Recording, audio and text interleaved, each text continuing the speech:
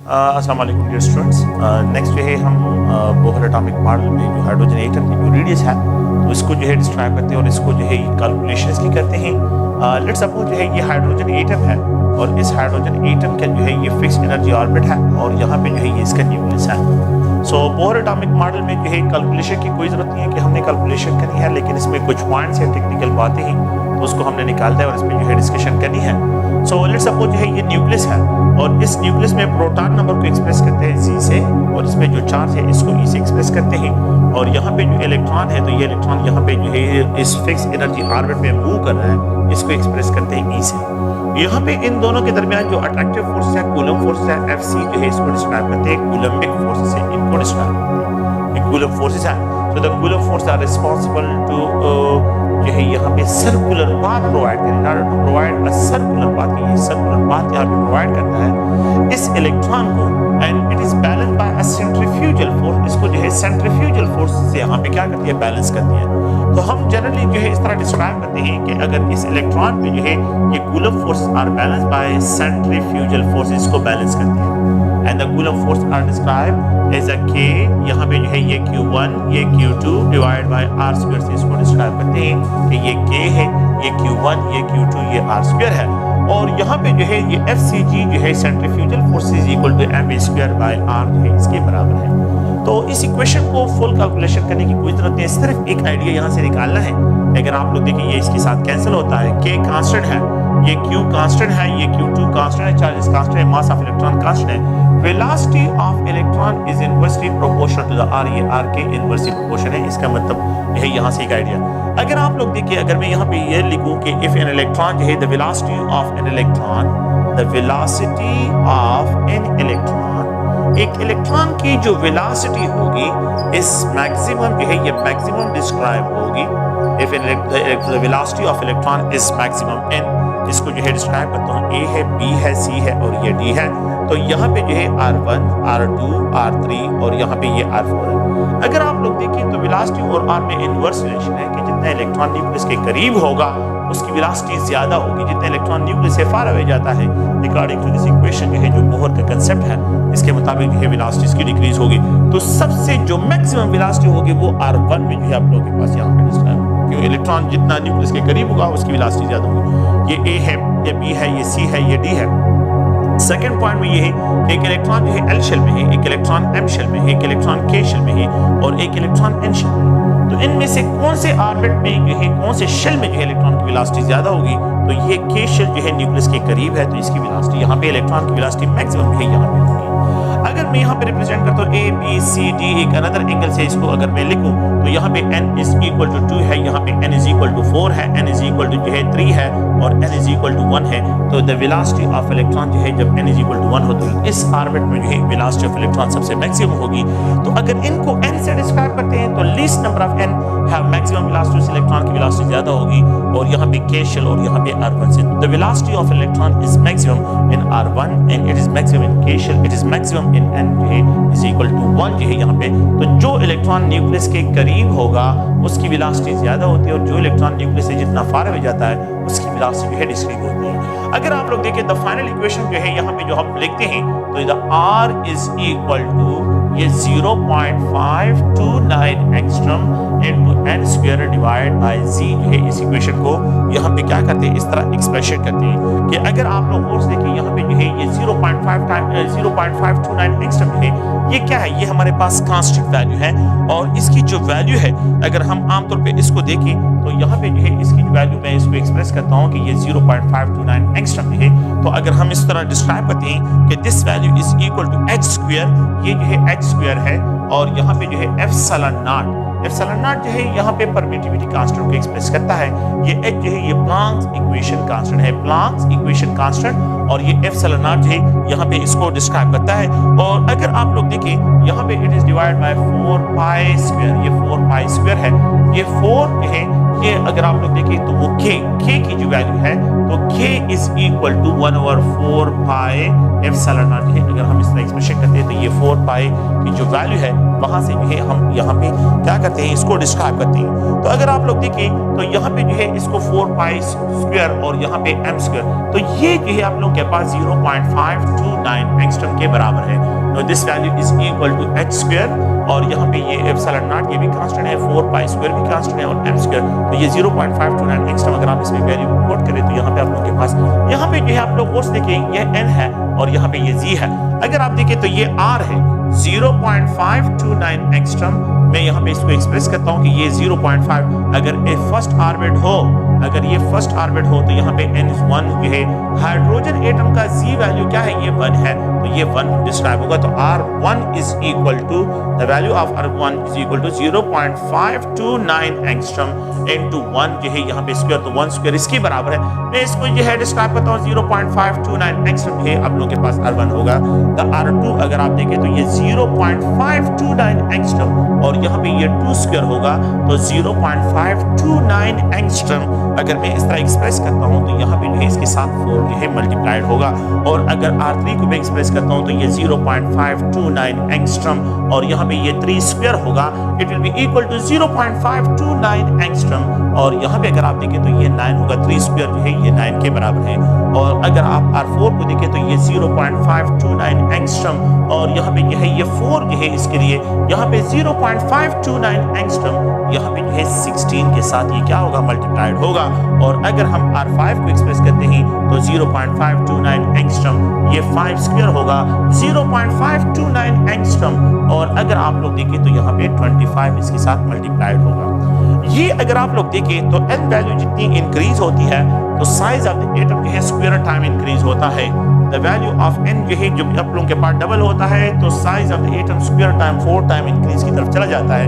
तो मैं इस तरह भी लिख सकता हूँ, अगर आप देखें r1 इसके बराबर है तो r1 is equal to 0.529 angstrom, तो r2 will be equal to 4 time of r1 जो है मैं इस तरह एक्सप्रेस करता हूँ क्योंकि r1 तो ये जो है 4 मल्टीप्लाइड 0.529 एंगस्ट्रम है जो कि r1 के बराबर है।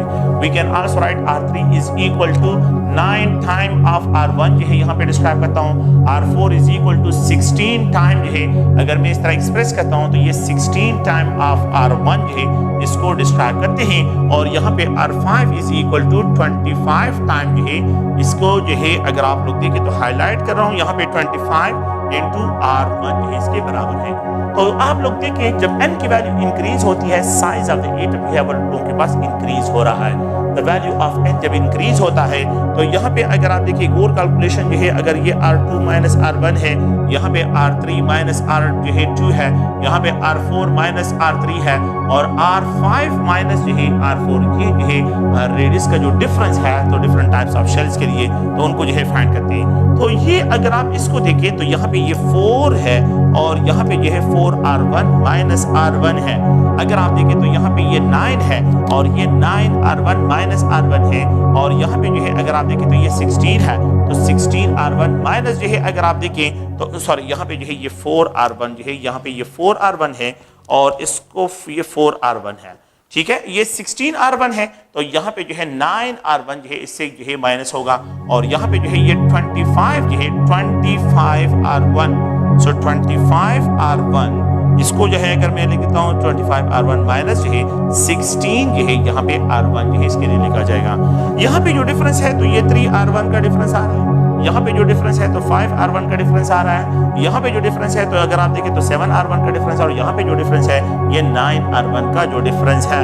आप लोग इनको देखें तो यहाँ पे जो डिफरेंसेस है 3r1 का है, या 5r1 का है, ये 7r1 का है, ये 9r1 का है। इसका मतलब ये हुआ कि जितना n वैल्यू इंक्रीज होता है, जितना n वैल्यू इंक्रीज होता है then the difference of r also increase, then the difference of r जो है ये भी इंक्रीज होता है। So n is directly proportional to the delta r के डायरेक्टली प्रोपोर्शनल है। वी कैन आल्सो राइट, हम इस तरह भी लिख सकते हैं कि R5 minus R4 difference is maximum than the R4 minus R3 and this difference is maximum than the R3 minus R2 and this difference is maximum than the R2 minus, तो सबसे लीस्ट जो difference है वो R2 R1 के दरमियान है और सबसे जो मैक्सिमम डिस्टेंस है तो वो अगर आप लोग देखें तो ये R5 minus R1 ये R4 के दरमियान है, तो R4 तो ये R5 minus R4 के दरमियान जो डिफरेंस है ये 9 है, ये 7 है, यहाँ पे जो है ये 5 है और ये तो सबसे लीस्ट डिफरेंस यहाँ पे है और सबसे, इसका मतलब ये हुआ कि जितनी n वैल्यू इंक्रीज होती है then the difference of r जो है ये भी इंक्रीज होता है। so there is a direct relationship between n value and delta r, इन दोनों के दरमियान कौन सा रिलेशन है, डायरेक्ट रिलेशनशिप है, इसको यहाँ पे क्लियर करते हैं। तो अगर आप लोग कोर्स देखें ये जो है एक जनरल जो है हाइड्रोजन एटम के लिए जो बोहर के कैलकुलेशंस हैं कि बोहर के मुताबिक जो है कि इस न्यूक्लियस और इस फर्स्ट ऑर्बिट के दरमियान जो डिफरेंस ऑफ जो है कि जितना जो है यहाँ पे इसके जो आर वैल्यू है, so the R value is equal to यहाँ पे जो आर है तो ये 0.529 एंगस्ट्रॉम के बराबर है, ये 0.529 एंगस्ट्रॉम। अगर एक इलेक्ट्रॉन यहाँ पे चला जाता है तो साइज इंक्रीज, अगर यहाँ पे चला जाते हैं और इंक्रीज, तो जितना n वैल्यू इंक्रीज होता है size of the atom increase होता है। There is an inverse relationship between the R and Z value.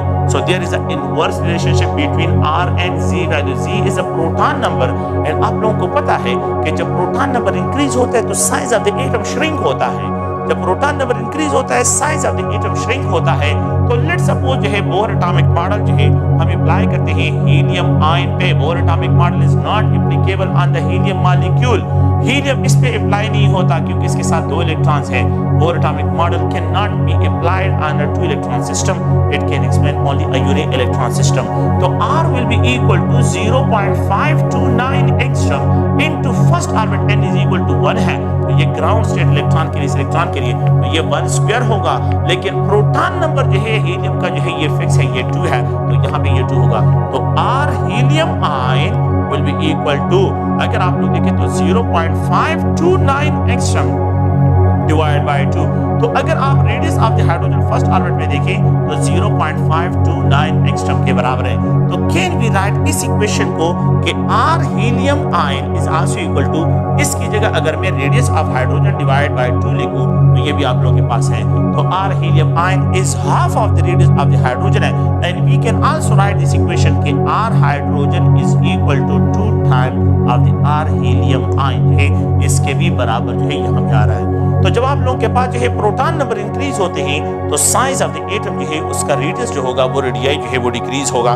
तो इसका मतलब क्या है, मतलब ये है कि आप लोग देखिए जब प्रोटॉन नंबर इंक्रीज होता है तो size of the atom shrink होता है, एटॉमिक साइज डिक्रीज की तरफ चला जाता है। इसका मतलब यहाँ पे ये है कि R hydrogen is greater in size than the R helium ion, R helium ion smaller size है और R हाइड्रोजन है ये ग्रेटर इन साइज है।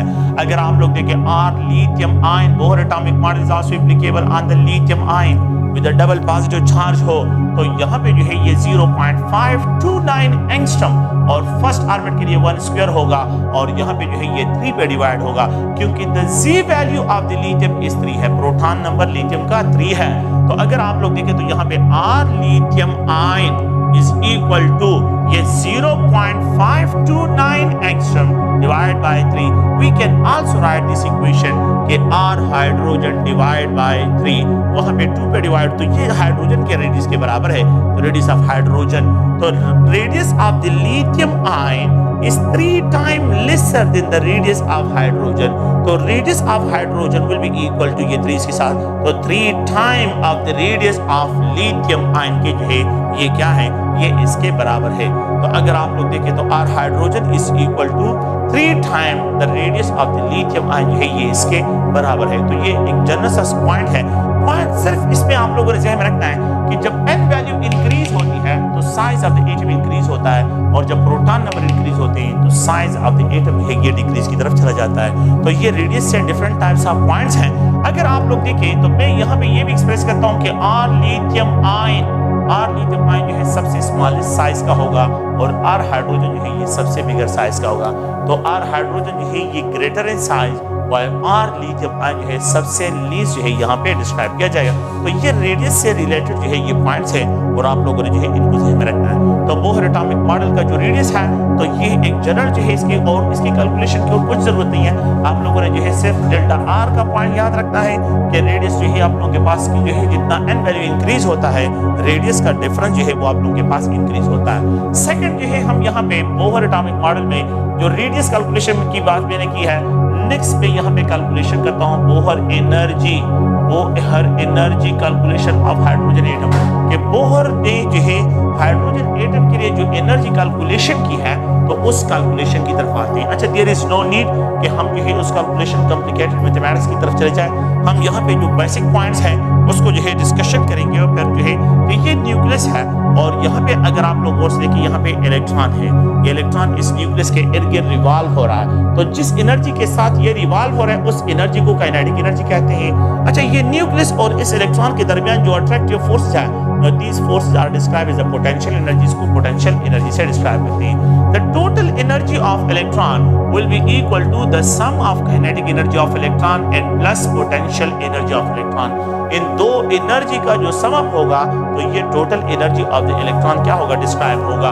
The total energy kinetic energy will be equal to half mv square and the potential energy will be equal to the work done के बराबर होगा।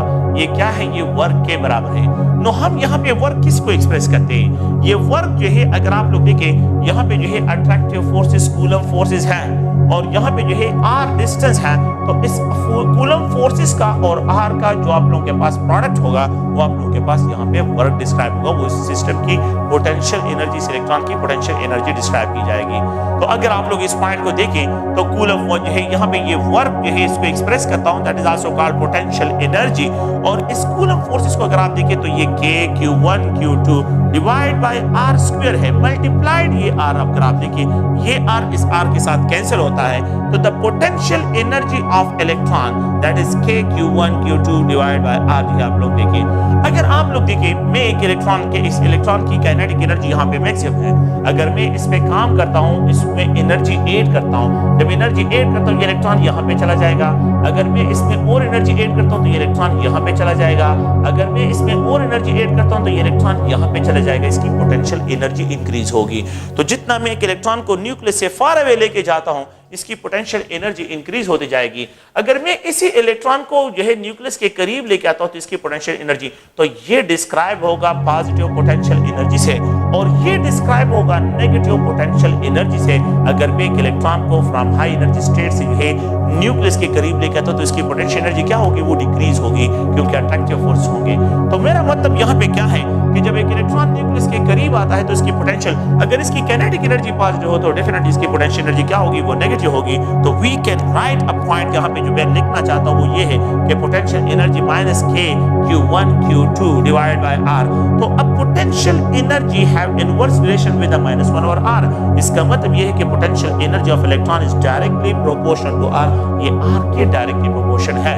तो we can also write this equation half mv square और मैं इस equation को यहाँ पे ये डिस्क्राइब करता हूँ कि ये माइनस साइन यहाँ पे लिखता हूँ। द माइनस साइन इंडिकेट करता है कि जब एक इलेक्ट्रॉन को न्यूक्लियस के करीब लेके आते हैं तो उसकी पोटेंशियल एनर्जी ड्रॉप हो जाती है।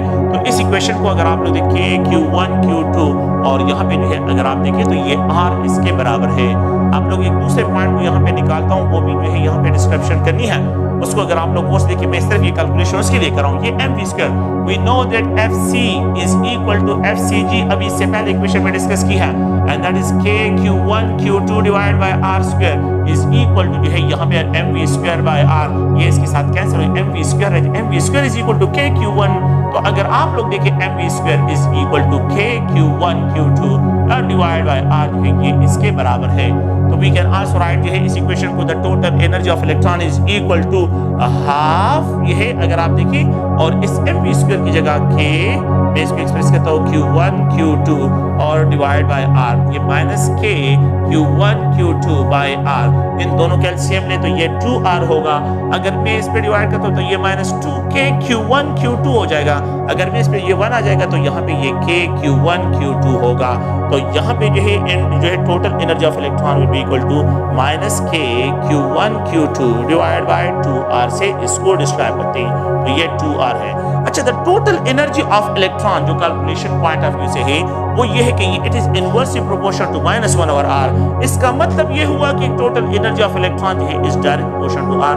इलेक्ट्रॉन की जो एनर्जी होगी वो टोटल एनर्जी r के साथ, तो अगर फर्स्ट ऑर्बिट में है, फर्स्ट रेडियस में है, सेकंड रेडियस में है, थर्ड रेडियस में, फोर्थ में है, इसका मतलब ये है कि the total energy of electron, total अगर आप लोग देखें total energy of an electron is maximum जो है ये मैक्सिमम डिस्क्राइब होगी यहाँ पे जो है ए बी सी डी, तो मैं इसको एक्सप्रेस करता हूँ के शेल एल शेल और यहाँ पे एम शेल, ये एन शेल है तो एन शेल में जो है सबसे ज्यादा होगी, और यहाँ पे A B C D total energy of electron is maximum R1 R2 R3 और यहाँ पे R4, तो R4 में जो है इसकी मैक्सिमम डिस्क्राइब होगी। The total energy of electron is maximum A B C D, यहाँ पे जो है N1 है, N2 है, N3 है, और यहाँ पे अगर आप लोग देखें N4 है तो N4 में जो है total energy of electron maximum होगी। तो जितना N वैल्यू इंक्रीज होता है टोटल एनर्जी इंक्रीज होती है, जितना जो है आप लोगों के पास R वैल्यू इंक्रीज होती है टोटल एनर्जी ऑफ इलेक्ट्रॉन जो है ये आप लोगों के पास इंक्रीज होती है।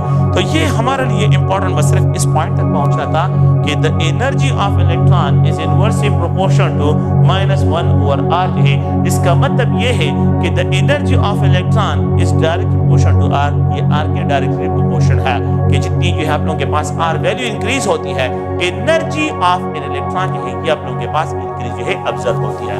तो बस सिर्फ ये कैलकुलेशन मैंने यहाँ पे डिस्क्राइब करना था कि आप लोगों को जो है ये पॉइंट क्लियर कर दूं कि यहाँ पे जो है टोटल एनर्जी का और r का डायरेक्ट रिलेशनशिप है, इनका -1/r है, -1/r का मतलब है डायरेक्ट रिलेशनशिप जो है इसको डिस्क्राइब करती है। ओके, तो इस इक्वेशन को अगर हम जब सॉल्व करते हैं तो the total energy of electron is equal to यहाँ पे जो है -2.18 into 10⁻⁻18 जूल पर atom into z² divide by n² जो है अगर आप लोग देखिए ये इक्वेशन है, ये बिल्कुल फाइनल इक्वेशन है, इसको आप लोगों ने जो है जहन में रखना है। और ये एक एटम ऑफ हाइड्रोजन एटम की ग्राउंड स्टेट पे एनर्जी है, ग्राउंड स्टेट एनर्जी है जब इलेक्ट्रॉन क्या हो ग्राउंड स्टेट पे हो।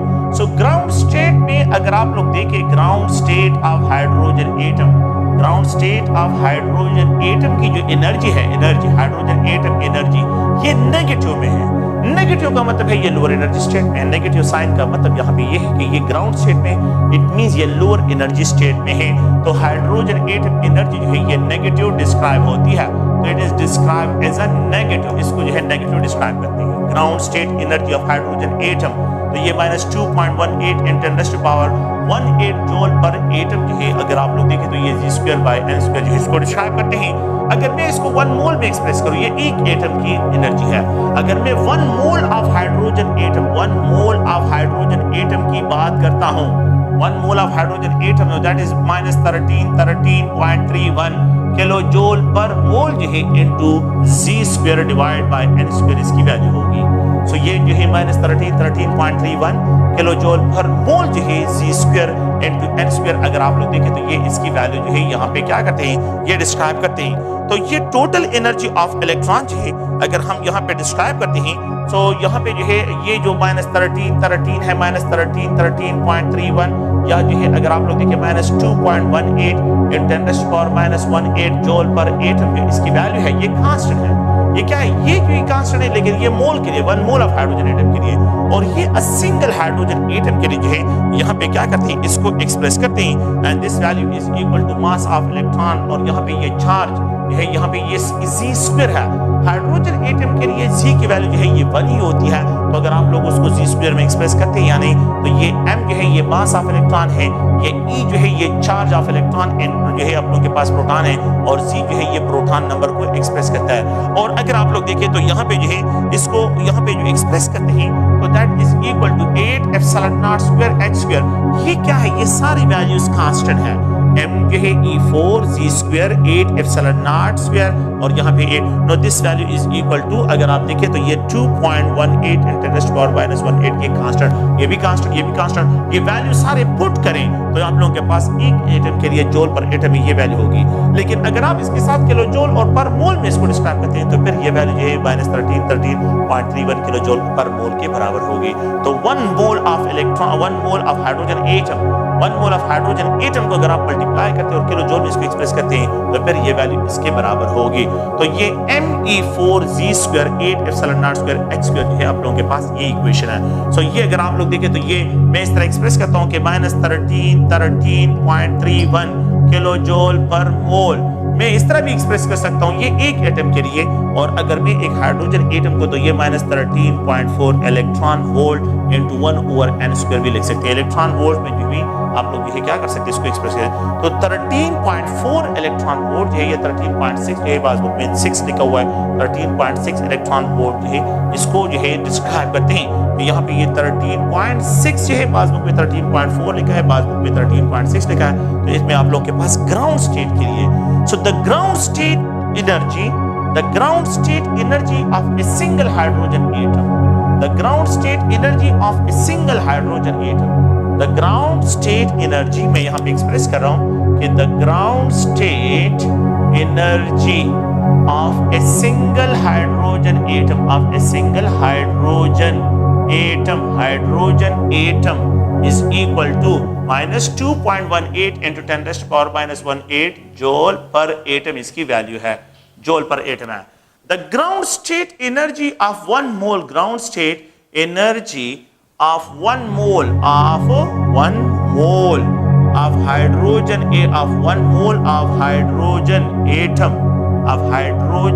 atom is यहाँ पे -13.31 किलो जूल पर मोल जो है ये ग्राउंड स्टेट में आप लोगों के पास की एनर्जी है। So the ground state energy of 1 mole of hydrogen atom is -13.31 kilo joule per mole है, और एक एटम की एनर्जी जो है आप लोगों के पास इसके बराबर होगी। तो ये अगर आप लोग देखें तो ग्राउंड स्टेट एनर्जी। अच्छा, अगर हम देखें तो यहाँ पे फर्स्ट एक्साइटेड स्टेट की एनर्जी को डिस्क्राइब करते हैं कि the first excited state of the hydrogen atom, कि अगर मैं इस तरह एक्सप्रेस करता हूँ कि यहाँ पे जो है आप लोग देखें कि अगर मैं ये मेरे पास ये न्यूक्लियस है और इस न्यूक्लियस ये है यहाँ पे अगर हम देखें और यहाँ पे ये फर्स्ट एक्साइटेड स्टेट है, ये E1 है, E2 इसका फर्स्ट एक्साइटेड स्टेट है। तो अगर मैं ground state energy of the hydrogen को एक्सप्रेस करता हूँ energy is equal to -13.31 kilo joule per mole जो है, और यहाँ पे जो है इसको अगर आप देखें 1/1² है तो इसी के बराबर होगी। तो this value is equal to -13.31 kilo joule per mole के बराबर है। ये first energy. Second energy state, that's first excited state -13.31 kilo joule per mole जो है यहाँ पे जो है ये सेकंड, जिसके लिए n इज इक्वल टू 2 होगा तो ये 2² जो है आप लोगों के पास होगा, तो ये 4 पे डिवाइड होगा। ये क्या होगा, ये 4 पे जो है ये वैल्यू डिवाइड होगी। तो जब ये 4 पे जो है इसकी वैल्यू की डिवीजन होती है तो यहाँ पे जो है ये 4 पे जब डिवाइड होगा तो इट विल राउंड अबाउट जो है 328 किलो जूल पर मोल एनर्जी जो है, तो यहाँ पे जो है ये -328 किलो जूल पर मोल है।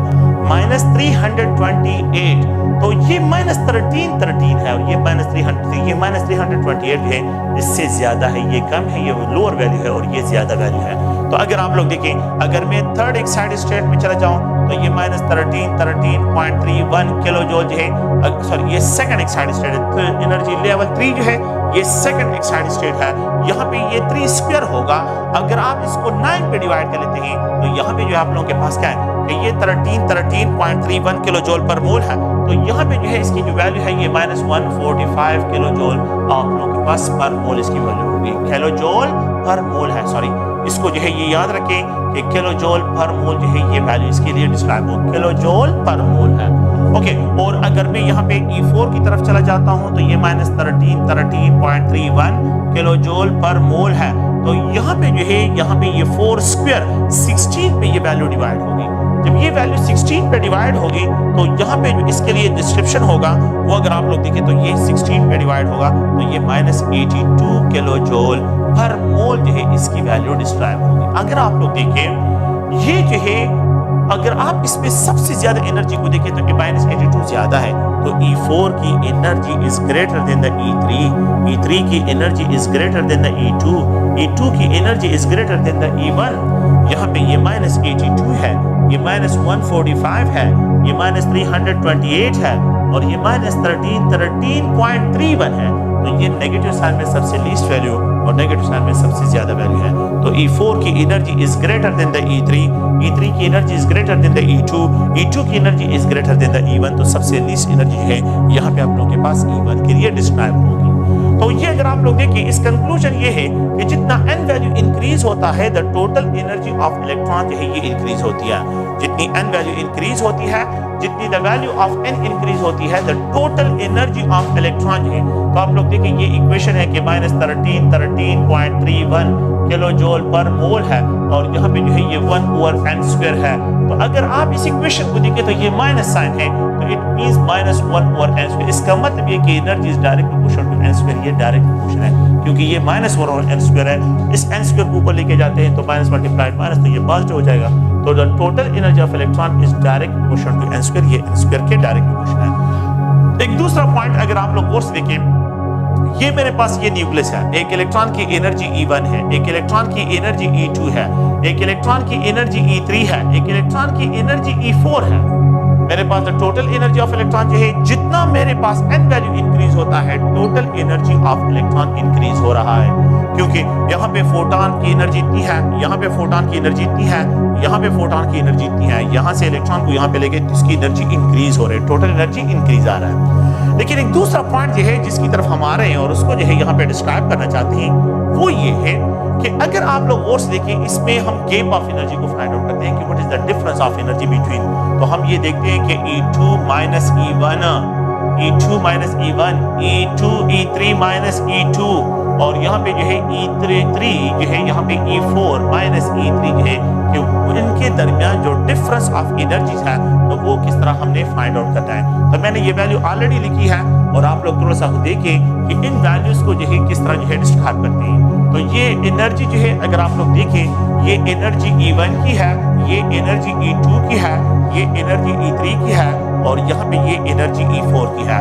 आप लोग ये पॉइंट याद रखें कि द फर्स्ट एक्साइटेड स्टेट है 1 मोल ऑफ हाइड्रोजन एटम के लिए 1 mole of hydrogen atom, 1 mole of hydrogen atom, ठीक है, कि 1 मोल ऑफ हाइड्रोजन एटम जो है अगर आप लोगों के पास हो तो उनके लिए फर्स्ट एक्साइटेड स्टेट जो होगा, फर्स्ट एक्साइटेड स्टेट की जो एनर्जी है, so the energy of 1 mole of hydrogen atom, यहाँ पे अगर आप इसमें ऐड करें एनर्जी, यहाँ पे इस तरह लिख देता हूं कि energy of 1 mole of hydrogen atom for the in first excited state will be equal to ये पॉइंट याद रखते हैं, will be equal to -300 जो है -328। The energy of the first excited state जो है ये -328 है। The second excited state की जो एनर्जी है, the second excited state, अगर मैं सेकंड एक्साइटेड स्टेट को डिस्क्राइब करता हूं, इट इज इक्वल टू -100, ये 1 मोल के लिए, ये 1 मोल के लिए है। And the third excited state की जो एनर्जी होगी, थर्ड एक्साइटेड स्टेट की जो एनर्जी है तो ये -82 किलो जूल पर मोल है। तो 1 मोल ऑफ हाइड्रोजन एटम की energy in the second excited state में -145 है। 1 मोल ऑफ हाइड्रोजन एटम की इन थर्ड एक्साइटेड स्टेट में जो है ये -82 जो है इसकी क्या है, ये इसकी एनर्जी है, टोटल एनर्जी जो है यहाँ पे इसको डिस्क्राइब करते हैं। Okay, what is the difference of energy को अगर मैं फाइंड आउट करता हूँ तो पहला पॉइंट ये है E2 माइनस E1 होगा। अगर आप लोग देखिए E2 किसके बराबर है, -328 किलो जूल पर मोल, पे यूनिट को नहीं लिख रहा हूँ, किलो जूल पर मोल, माइनस यहाँ पे ये माइनस साइन है। और E1 किसके बराबर है, ये देखिए -13.31 के बराबर है, किलो जूल पे नहीं लिख रहा हूँ। अगर आप लोग देखें तो ये -328, ये +13.31 है। अगर आप देखें तो ये 13.31 को पहले लेके आ रहा हूँ क्योंकि ये पॉजिटिव है, -328। अगर आप इनका डिफरेंस निकालें तो you will get 984 kilo joule per mole जो है यहाँ पे डिफरेंस होगा। तो फर्स्ट एक्साइटेड स्टेट और जो है फर्स्ट एक्साइटेड स्टेट और ग्राउंड स्टेट में जो एनर्जी का डिफरेंस है, so that is equal to 984 kilo joule per mole का जो है यहाँ पे डिफरेंस है। अच्छा, सेकंड एक्साइटेड स्टेट और जो है अगर आप लोग देखिए सेकंड ग्रुप में जो सेकंड शेल है तो इसके दरमियान जो एनर्जी गैप है that is equal to E3 minus E2, E3 minus E2। तो E3 की जो वैल्यू है ये -145 है, E3 की जो वैल्यू है ये -145 है। तो ये -145 माइनस साइन ये है और E2 की वैल्यू जो है ये -328 किलो जूल पर मोल है। तो यहाँ पे ये -145 प्लस 328, तो अगर मैं इस तरह एक्सप्रेस करूं कि 328 माइनस 145, तो it is also equal to 182 kilo joule per mole के ये बराबर है, 182 किलो जूल पर मोल के बराबर है। अगर आप इन दोनों का डिफरेंस निकालें तो it is equal to 182 kilo joule round about जो है इसके बराबर जो है ये वैल्यू आ जाती है। तो अगर आप देखिए यहाँ पे जो है -100 ये प्लस है, सॉरी ये प्लस साइन है, तो आप इसको देखिए कि यहाँ पे जो एनर्जी है, एनर्जी जो फर्स्ट ऑर्बिट है, फर्स्ट ऑर्बिट और सेकंड ऑर्बिट के दरमियान जो एनर्जी डिफरेंस है ये 984 है, लेकिन सेकंड ऑर्बिट और थर्ड ऑर्बिट के दरमियान जो एनर्जी डिफरेंस है, तो इन दोनों को अगर आप लोग देखें तो यहाँ पे जो है आप लोगों के पास क्या है, तो this value is equal to, ये वैल्यू है 182 किलो जूल पर मोल है, 182 किलो जूल पर मोल जो है इसकी वैल्यू जो है यहाँ पे डिस्क्राइब हो रही है। अगर आप लोग देखिए, अगर मैं E4 और E3 के दरमियान जो है डिफरेंस को फाइंड आउट करूं, E4 और E3 के दरमियान, तो E4 की जो वैल्यू है ये -82, ये -82 है, माइनस E3 की वैल्यू क्या है, -145 है। तो अगर आप देखिए दोनों का डिफरेंस फाइंड करते हैं तो ये -82 एंड प्लस 145, इन दोनों का डिफरेंस निकाले 145 माइनस जो है 82, it will be equal to 63, ये 63 हो गया है। तो अगर आप देखिए यहाँ पे जो एनर्जी गेप है ये 63 किलो जूल पर मोल के बराबर आ रहा है। The total energy of electron with the value of n increase होती है, the total energy of electron increase होती है, लेकिन the gap of energy decrease होती है। द गेप ऑफ एनर्जी, यही तो क्वांटाइजेशन है कि टोटल एनर्जी तो इंक्रीज आ रही है, लेकिन गेप ऑफ एनर्जी क्या हो रहा है, वो आप लोगों के पास तो शेल एक दूसरे के करीब आ रहे हैं। तो यहाँ पे शेल जब करीब आ रहे हैं तो उनकी एनर्जी क्या होगी, उनकी जो एनर्जी का जो डिफरेंस होगा वो डिक्रीज की तरफ जो है यहाँ पे। तो अब मैं इस तरह एक्सप्रेस करता हूँ, आप लोग इसको देखें कि यहाँ पे इसका जो ऑर्डर है तो E2 माइनस E1 और it is greater than the E3 minus E2 and this difference is greater than the E4 minus E3 और ये डिफरेंस ग्रेटर है then the E5 minus E4 जो है इसको एक्सप्रेस करता हूँ एंड सो ऑन। इसका मतलब ये है कि when the value of n increase होती है टोटल एनर्जी तो इंक्रीज होती है, लेकिन when the value of n increase होता है तो द गेप ऑफ डिफरेंस जो है ये डिक्रीज होता है। So there is an inverse relationship, when the value of n increase the difference of the E जो है ये डिक्रीज होता है। सो दे हैव इनवर्स रिलेशनशिप, लेकिन टोटल एनर्जी के साथ इसका डायरेक्ट रिलेशनशिप है। आप लोग देखिए मैंने इससे पहले जो है ये लिखा था कि R5 minus R4 is greater than the R4 minus R3 is greater than the R3 minus R2 is greater than the R1 जो है R2 माइनस R1 है। तो रेडियस का जितना n वैल्यू इंक्रीज होता है तो the difference of R value increase होता है, लेकिन जितना n वैल्यू इंक्रीज होता है the difference of E value decrease होता है। तो ये आप लोगों के पास ये दोनों एक दूसरे को इनवर्स है। एनर्जी का डिफरेंस देखिए यहाँ पे मैक्सिमम और रेडियस का डिफरेंस यहाँ पे सबसे कम, रेडियस का डिफरेंस सबसे कम, यहाँ पे रेडियस का डिफरेंस सबसे मैक्सिमम, यहाँ पे एनर्जी का डिफरेंस सबसे लीस्ट है।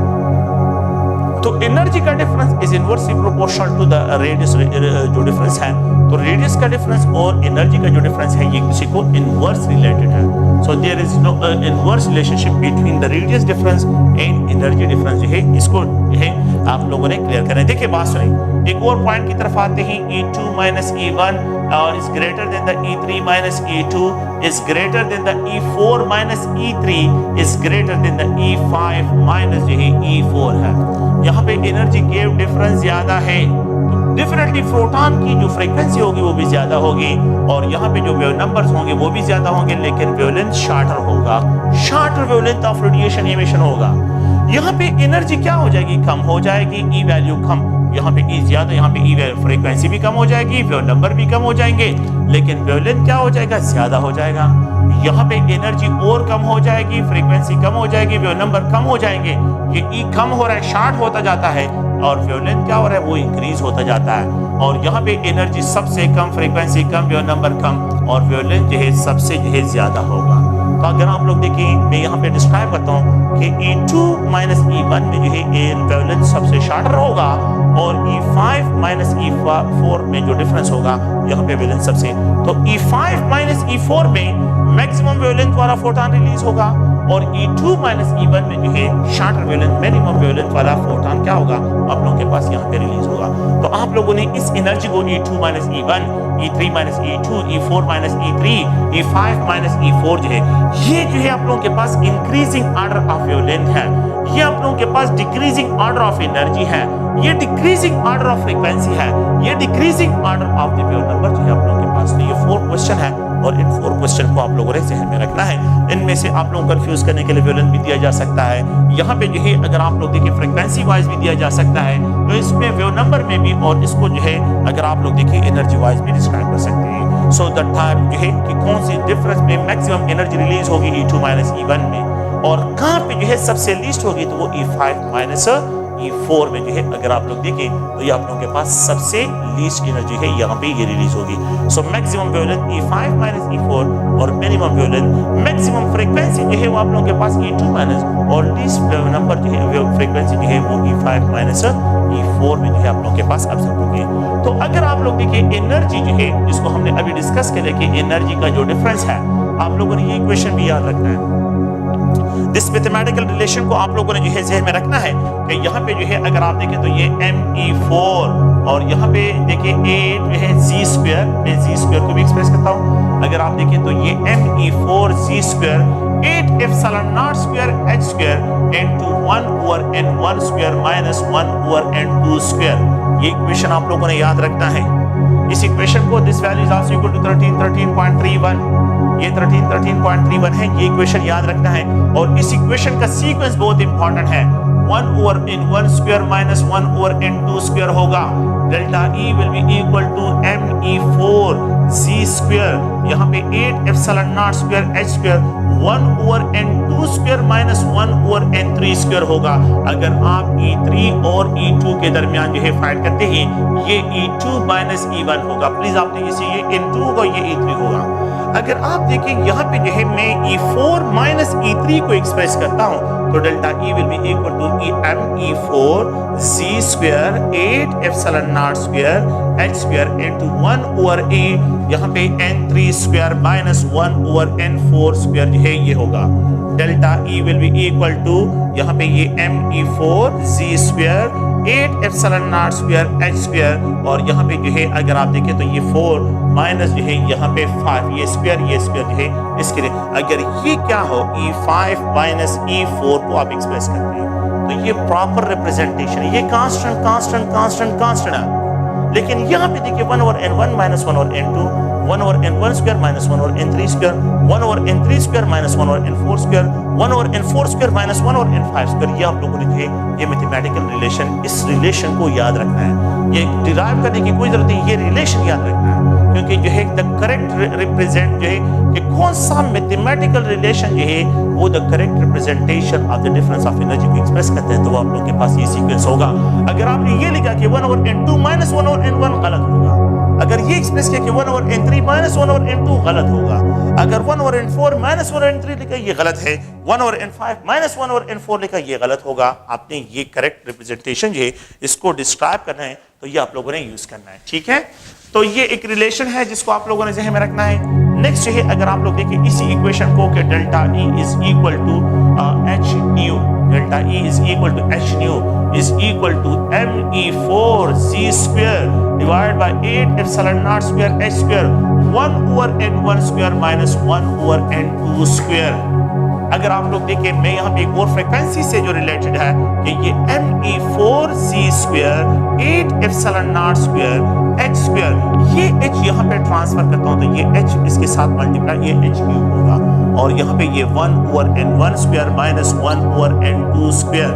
तो द फ्रीक्वेंसी जो है प्रॉपर, तो the frequency will be equal to M4E जो है Me4 Z स्क्वायर, यहाँ पे 8 एप्सिलॉन नॉट जो है H स्क्वायर H क्यूब होगा, sorry not H square, H इसके साथ मल्टीप्लाइड हो ये H क्यूब होगा, 1 over N1 square minus 1 over N2 square.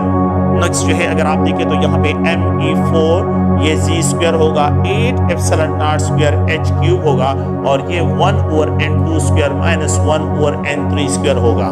अगर आप लोग देखें नेक्स्ट जो है देखें तो यहाँ पे me4 z स्क्वायर और 8 epsilon naught square h cube है और यहाँ पे ये 1 over n3 square minus 1 over n4 square आप लोगों के पास ये प्रॉपर करेक्ट रिप्रेजेंटेशन है। डिफरेंस क्या है, यहाँ पे h स्क्वायर है, यहाँ पे h क्यूब है, यहाँ पे क्या है h क्यूब है, यहाँ पे क्या है ये h क्यूब है। तो यहाँ पे जो इसमें मेन डिफरेंस है तो ये h स्क्वायर और यहाँ पे जो है आप लोगों के पास, लेकिन करेक्ट रिप्रेजेंटेशन जो है आप लोगों के पास 1 ओवर n1 स्क्वायर माइनस बाकी वही है 1 over n1 square minus 1 over n2 square 1 over n1 square minus 1 over n2 square 1 over n2 square minus 1 over n3 square और 1 ओवर n3 स्क्वायर माइनस 1। तो ये रिप्रेजेंटेशन बहुत इंपॉर्टेंट है। आप लोग प्रीवियस पेपर में देखिए उन्होंने करेक्ट रिप्रेजेंटेशन की डिमांड की है कि सेलेक्ट करें एबीसी ऑर्डर में जो है इसमें एबीसीडी ऑप्शन गिवन होते हैं और उसमें आपसे ये डिमांड होता है कि इसमें आइडेंटिफाई करें कौन सा मैथमेटिकल रिलेशन जो है प्रॉपर रिप्रेजेंटेशन जो है यहाँ पे इसको डिस्क्राइब करते हैं। ओके, द नेक्स्ट जो है अगर आप लोग देखें मैं इस इक्वेशन को जो है दोबारा लिखने की कोशिश नहीं करता हूँ, सिर्फ इसमें थोड़ा सा मॉडिफिकेशन करना चाहता हूँ। We know that frequency is equal to c by lambda. Frequency is equal to, अगर मैं इसको h क्यूब लिखूं ये भी h क्यूब हो जाए, ये भी h क्यूब हो जाए और ये भी h क्यूब होगा तो ये फ्रीक्वेंसी है, फ्रीक्वेंसी के लिए।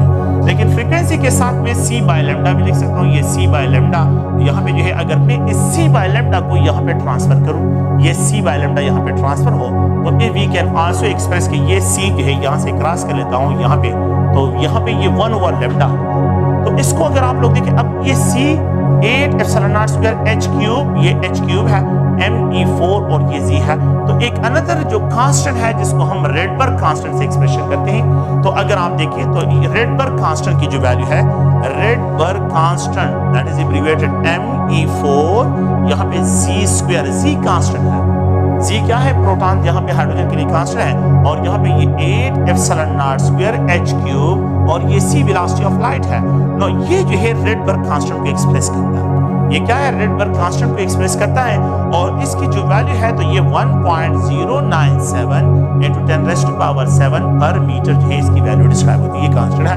तो ये अगर आप लोग देखें ये इक्वेशन, तो मैं इस इक्वेशन को इस तरह भी लिख सकता हूँ, मैं इस इक्वेशन को अब इस तरह भी लिख सकता हूँ कि 1.097 ये सारे वैल्यू है इसके बराबर है 97 10 raised to power 7 जो है अगर आप देखें तो ये पर मीटर, ये क्या होगा पर मीटर। तो यहाँ पे जो है इसको डिस्क्राइब करते हो ये पर मीटर, या जो है अगर आप इसको n1 और ये n2 स्क्वायर लिखें, अभी इसकी सीक्वेंस भी आपको समझाता हूँ। तो ये अगर आप लोग देखें तो ये आप लोगों के पास क्या है 1 ओवर लैम्डा। तो the reciprocal of the wavelength is also called wave number, the reciprocal of the wavelength is also called wave number, इसको वेव नंबर से भी डिस्क्राइब करते हैं, ये वेव नंबर भी है।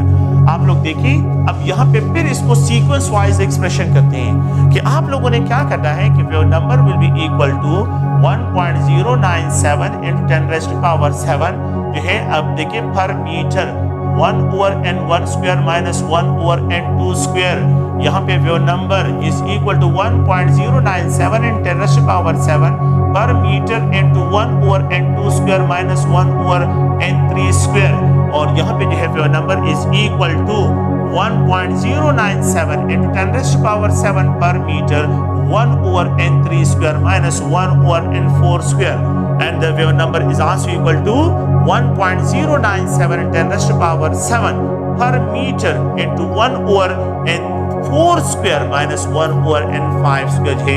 आप लोग इस तरह भी इसकी एक्सप्रेशन कर सकते हैं। तो ये जो है आप लोगों ने करेक्ट रिप्रेजेंटेशन आप लोग प्लीज ध्यान में रखें, the correct representation 1 over n1 minus 1 over n2, 1 over n2 minus 1 over n3, 1 over n3 minus 1 over n4, 1 over n4 minus 1 over n5 जो है इस तरह जो है आप लोगों ने इसकी करेक्ट रिप्रेजेंटेशन करनी है। अच्छा अगर आप इस इक्वेशन को देखें wave number is equal to यहाँ पे जो है z स्क्वायर e4 और ये m है। Wave number is directly proportional to the mass, wave number is directly proportional to the square of the z, wave number is directly proportional to the e4, अगर मैं मास को double करूं, let suppose करता हूं कि the mass of electron double हो जाए, तो वेव नंबर की वैल्यू जो है आप लोग गौर से देखें, यहाँ जो है बल्कि इस तरह भी एक्सप्रेशन करते हैं कि वेव नंबर की बजाय जो है अगर मैं रेडबर्ग कांस्टेंट से इसको एक्सप्रेशन करता हूँ तो रेडबर्ग कांस्टेंट से इसको रिलेट करते हैं। तो अगर आप लोग देखें कि यहाँ पे जो रेडबर्ग कांस्टेंट है, मैं डायरेक्टली बस रेडबर्ग कांस्टेंट की तरफ आता हूँ कि रेडबर्ग कांस्टेंट जो है कि रेडबर्ग कांस्टेंट का मास के साथ डायरेक्ट रिलेशन है कि it is direct proportional wave number को, बस इग्नोर करें इसको। Rydberg constant is direct proportional to Rydberg constant direct proportional to z और Rydberg constant is directly proportional to E।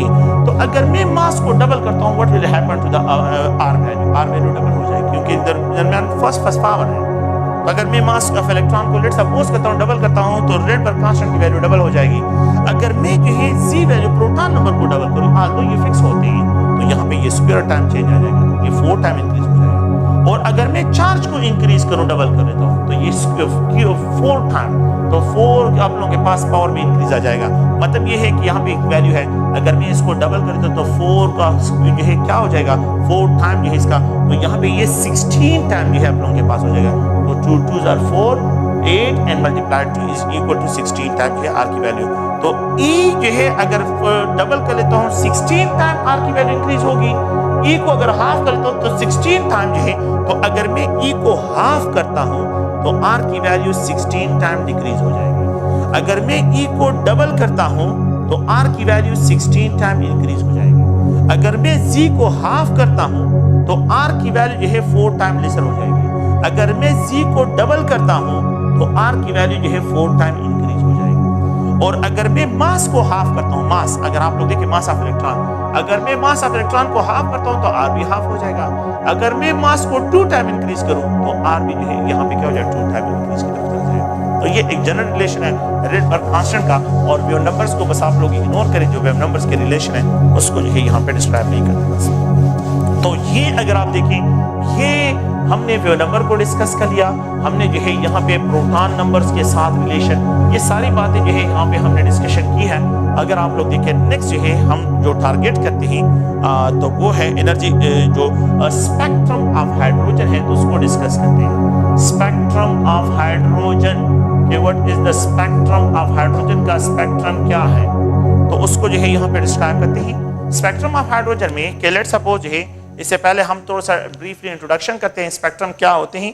तो स्पेक्ट्रम ऑफ हाइड्रोजन से पहले जो है ब्रीफली में स्पेक्ट्रम क्या होता है। The interaction of electromagnetic radiation with matter is known as spectroscopy. The interaction of जो है electromagnetic radiation with matter is known as spectroscopy and the machine which is responsible to record the spectra is known as spectrophotometer, उसको spectrophotometer कहते हैं। तो जो machine जो है इनको रिकॉर्ड करता है उसको हम स्पेक्ट्रोफोटोमीटर, तो स्पेक्ट्रम ऑफ हाइड्रोजन की तरफ बाद में आते हैं, लेकिन यहाँ पे मैं स्पेक्ट्रम को ब्रीफली जो है क्या करता हूँ, इसको इंट्रोड्यूस करता हूँ। स्पेक्ट्रम तो अगर आप लोग देखिए ये व्हाइट लाइट है and it passes through the prism, इसको प्रिज्म से पास करती है, तो यहाँ पे जो है ये डिस्पर्स हो जाता है।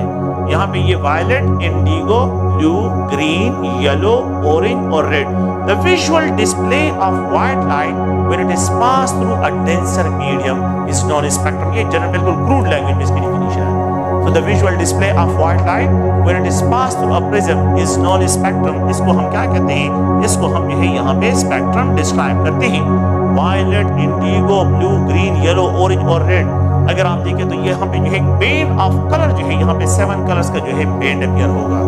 अगर आप इसको देखें तो जब इसको यहाँ पे जो है प्रिज्म से पास करते हैं और तो this light is known as incident light, इसको इंसिडेंट लाइट कहते हैं। ये लाइट जो है रिफ्रैक्टेड लाइट है, this light is known as refracted light, इसको रिफ्रैक्टेड लाइट कहते हैं। तो जब ये रियर मीडियम से जो है लाइट आ रहा है और डेंसर मीडियम से पास होता है तो ये रिफ्रैक्ट होता है, इसकी रिफ्रैक्शन होती है। तो ये डेंसर मीडियम है, ये क्या है, डेंसर, और ये रियर मीडियम से।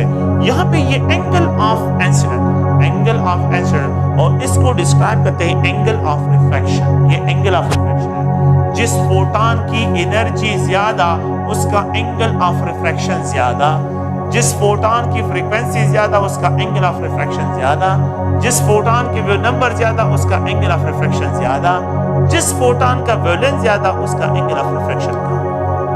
तो यहाँ पे जो है एंगल ऑफ रिफ्रैक्शन वेवलेंथ के साथ इनवर्स है, और यहाँ पे आप लोगों के पास एनर्जी, फ्रीक्वेंसी और नंबर के साथ डायरेक्ट रिलेशन है। अगर आप इस विजुअल जो है यहाँ पे इसको मैं डिस्क्राइब करता हूँ कि यहाँ पे वायलेट का एंगल ऑफ रिफ्रैक्शन जो है ये इंडिगो से ज्यादा है, इंडिगो का ब्लू से, और यहाँ पे ग्रीन, येलो, ऑरेंज और रेड जो है अगर हम इस पर डिस्क्राइब करते हैं तो ये एंगल ऑफ रिफ्रैक्शन सबसे लीस्ट जो है वो आप लोगों के पास रेड कलर का होगा, और एंगल ऑफ रिफ्रैक्शन जो सबसे मैक्सिमम होगा वो वायलेट के लिए यहाँ पे डिस्क्राइब होगा। सो एंगल ऑफ रिफ्रैक्शन सबसे ज्यादा यहाँ पे और सबसे लीस्ट जो है वो रेड कलर के लिए अपीयर होगा, एंगल ऑफ रिफ्रैक्शन। ये जो है अगर आप देखें, अगर हम यहाँ पे डिस्क्रिप्शन करते हैं तो एक जिसकी फोटोन की एनर्जी ज्यादा उसका एंगल ऑफ रिफ्रैक्शन भी यहाँ पे ज्यादा डिस्क्राइब होगा। इस स्पेक्ट्रम को अगर हम लेते हैं और यहाँ पे जो है स्पेक्ट्रम को जो है हम जब डिस्क्राइब करते हैं तो स्पेक्ट्रम के जो है 2 टाइप्स होते हैं। स्पेक्ट्रम के जो टाइप्स हैं, एक हम यहाँ पे डिस्क्राइब करते हैं कंटिन्यूअस स्पेक्ट्रा, एक को हम कंटिन्यूअस स्पेक्ट्रा कहते हैं और एक को जो है डिसकंटिन्यूअस स्पेक्ट्रा से डिस्क्राइब करते हैं। एक कंटिन्यूअस स्पेक्ट्रा है और एक डिसकंटिन्यूअस स्पेक्ट्रा है। The type of spectra having no marked boundaries, the type of spectra having no marked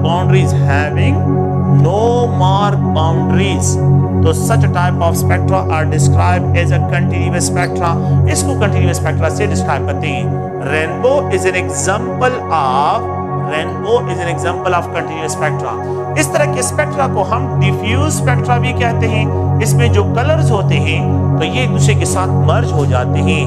we can not differentiate between the colours, तो ये कलर एक दूसरे में मर्ज हो जाते हैं, इसलिए स्पेक्ट्रा को डिफ्यूज स्पेक्ट्रा से भी डिस्क्राइब करते हैं। Rainbow is an example of continuous spectra, ये कंटिन्यूअस स्पेक्ट्रा की जो है एग्जांपल है। और एक अनदर टाइप ऑफ स्पेक्ट्रा है that is described as a discontinuous spectra। इजहार से तस्वीर, so it is also described as a discontinuous spectra।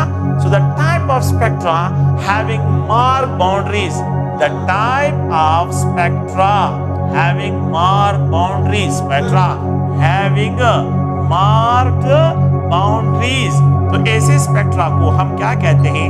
ऐसे स्पेक्ट्रा को हम डिसकंटिन्यूअस स्पेक्ट्रा से डिस्क्राइब करते हैं। The type of spectrum having marked boundaries, such a type of spectra described as a discontinuous spectra। It is also called atomic spectra। इसको atomic भी कहते हैं, atomic spectra. It is also described as a line spectra। इसको line spectra से भी describe करते हैं। तो ये तीनों वर्ड इसके लिए वर्ड इस्तेमाल होते हैं। So such a type of spectra having marked boundaries are described as a line spectra। अगर आप लोग देखें एटॉमिक स्पेक्ट्रा जो है, ये जो डिसकंटिन्यूअस स्पेक्ट्रा है, इसके 2 टाइप्स होते हैं। एक है atomic absorption spectra. Atomic spectra के 2 टाइप्स होते हैं। टाइप्स ऑफ एटॉमिक स्पेक्ट्रा, एक है atomic absorption spectra, atomic absorption spectra. अच्छा, एटॉमिक एब्जॉर्प्शन स्पेक्ट्रा, और एक है atomic emission spectra, atomic emission spectra. ये 2 टाइप्स होते हैं। अच्छा, अगर आप लोग देखिए एटॉमिक एब्जॉर्प्शन स्पेक्ट्रा क्या है, ये मेरे पास इलेक्ट्रोमैग्नेटिक रेडिएशंस है। These electromagnetic radiation जो है सोर्स से आ रहे हैं and they are incident on a sample। Machine में जो है स्पेक्ट्रोफोटोमीटर में सैंपल पड़ा हुआ है, ये रेडिएशन इस पे इंसिडेंट करते हैं। The sample have the ability to absorb some selected wavelength of radiation।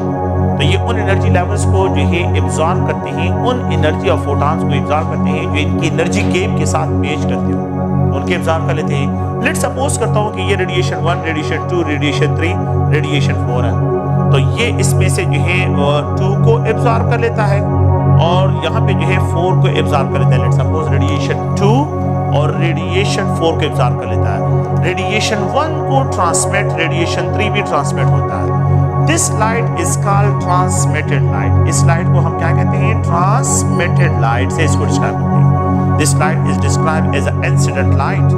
ये जो है इंसिडेंट लाइट है, और ये जो यहाँ पे है अगर आप देखें तो ये जो है एब्जॉर्ब लाइट है, ये एब्जॉर्ब है, एब्जॉर्ब लाइट है। If this transmitted light is pass through a prism, अगर इसको प्रिज्म से पास करते हैं तो ये ऑब्जर्व 2 ब्राइट लाइन जो है यहाँ पे ऑब्जर्व होंगे, यहाँ पे 2 ब्राइट लाइन अपीयर होंगे। अच्छा, तो रेडिएशन 1 जो है ये ट्रांसमिट हो रहा है तो इसका ब्राइट लाइन अपीयर हो जाएगा। रेडिएशन 2 ऑब्जर्व हो गया तो यहाँ पे डार्क होगा, यहाँ पे ये क्या है? डार्क है। रेडिएशन 3 जो है ये ट्रांसमिटेड है तो यहाँ पे जो है ये ब्राइट होगा, यहाँ पे ये रेडिएशन 3 ब्राइट, और 4 जो है एब्जॉर्ब हुआ है, तो यहाँ पे जो है ये डार्क है। तो देखिए ब्राइट, डार्क, ब्राइट, तो such a type of spectra having mark boundaries. तो according to this concept, what is mean by atomic absorption spectra? If the electromagnetic radiation are instead on a sample, it absorbs some selected wavelength of radiation while the rest of radiation are transmitted. If this transmitted light is passed through a prism, तो जो spectra record होता है उसको atomic absorption spectra से describe करते हैं। अच्छा, जो लाइट एब्जॉर्ब हुआ है, तो जिस लाइट की जो है यहाँ पे ये सैंपल ने जो है जिस लाइट को एब्जॉर्ब किया हुआ है, वो लाइट जो है यहाँ पे अगर मॉलिक्यूल हो, यहाँ पे क्या है मॉलिक्यूल है, तो ये लाइट जब एब्जॉर्ब होता है तो ये मॉलिक्यूल जो है यहाँ से एक्साइट, अगर ये इलेक्ट्रॉन्स अगर ये यूवी रेंज में हो तो इलेक्ट्रॉन को एक्साइट करेगा, अगर ये आईआर हो तो आईआर जो है वाइब्रेशन मोड को एक्साइट करेगा, अगर ये माइक्रोवेव रेडिएशन हो तो ये जो है रोटेशन मोड को एक्साइट करेगा, और अगर ये रेडियो फ्रीक्वेंसी हो तो ये न्यूक्लियाई को एक्साइट करेगा। तो इनमें से जो भी रेडिएशन, जनरल में बात करूं कि ये इलेक्ट्रोमैग्नेटिक रेडिएशन, तो ये इसको एक्साइट, यहाँ पे ये मॉलिक्यूल भी एक्साइटेड स्टेट में चला गया, इसने रेडिएशन जो है 2 को एब्जॉर्ब कर लिया है और इसने रेडिएशन 4 को एब्जॉर्ब किया है। अगर ये जो एक्साइटेड स्टेट से वापस ये मॉलिक्यूल रिटर्न होते हैं, या इलेक्ट्रॉन हो या न्यूक्लियाई हो या बांड हो या रोटेशन हो, अगर ये वापस रिटर्न होके आते हैं तो द एब्जॉर्ब फोटॉन को in the form of light emit करते हैं। So the excitation of molecule from the high energy state to the low energy state, ठीक है, या इलेक्ट्रॉन्स या बांड जो है या रोटेशन मोड्स को या न्यूक्लियर स्पिन जो है अगर एक्साइटेशन होती है, अगर ये जो है हाई एनर्जी स्टेट से लो एनर्जी स्टेट में आते हैं तो जो फोटॉन यहाँ पे रिलीज होते हैं इसको एमिटेड फोटॉन कहते हैं। एमिटेड फोटॉन, यहाँ पे जो है ट्रांसमिटेड लाइट और यहाँ पे एमिटेड लाइट। अगर ये एमिटेड लाइट जो है हम प्रिज्म से पास करते हैं तो जो स्पेक्ट्रा यहाँ पे रिकॉर्ड होगा वो स्पेक्ट्रा जो है हम लोगों के पास एटॉमिक एमिशन स्पेक्ट्रा डिस्क्राइब होगा। तो atomic emission spectra, when excited electron, excited molecule, excited bond हो, वाइब्रेशन मोड हो, रोटेशन मोड हो, या जो है उसका न्यूक्लियर स्पिन हो, तो अगर वो डी एक्साइट होके वापस रिटर्न होते हैं तो जो फोटॉन एमिट होते हैं उस एमिटेड फोटॉन को अगर हम प्रिज्म से पास करते हैं तो उसको हम ये एटॉमिक एमिशन स्पेक्ट्रा से डिस्क्राइब करते हैं। ठीक है, ओके, थैंक यू।